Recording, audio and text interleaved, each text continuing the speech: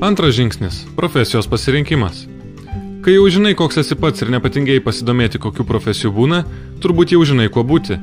Prieš pasirinkdamas profesiją pasidomėk ją dar labiau. Pamatysi, kiek nedaug apie ją žinojai. Jei tarkim galvoji, kad fotografas tik fotografuoja, tai labai klysti. Fotografas taip pat daro daugybę netokių smagių dalykų. Retušuoja nuotraukas, bendrauja su klientais, keliauja iš vietos į vietą, tvarko dokumentus, moka mokesčius ir taip toliau. Kaip ir kur domėtis konkrečia profesija. Internete gali rasti profesijų aprašymų, tarkim čia. Jei kažkuris sudomino labiau, pažiūrėk YouTube filmukų apie ją.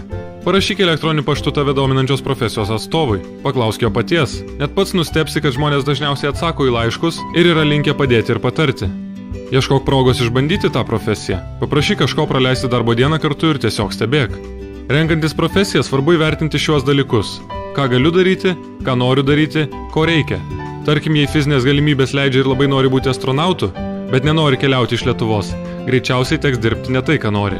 Astronautų Lietuvai dėja kol kas nereikia. Geriausias variantas žinoma yra galiu, noriu ir reikia. Jei gali ir nori, bet nereikia, būsi bedarbis astronautas. Jei gali ir reikia, bet nenori, nebūsi laimingas. Jei reikia ir nori, bet negali, reiškia negali ir rinkis kitą kelią.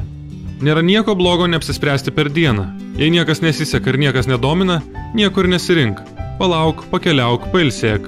Išbandyk save keliose skirtingose veiklose. Nušvitimas vis tiek ateis. Nepasiduok tėvų ar mokytojų spaudimui. Jei žmogus suaugęs, dar nereiškia, kad teisus. Galvok savo galvą.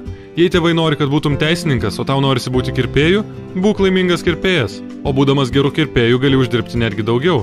Tai pinigai taip pat yra faktorius. Teks už kažką juk duoną valgyti ir už internetą susimokėti. Ir atsimink, kad nėra blogų specialybių.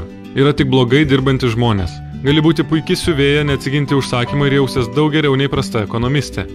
Jei pasirinksi teisingai ir savo darbą mėgsi, jis tau tikrai seksis. Šioje dalyje tiek. Kitoje sužinosi, kaip pasirinkti, kur mokytis.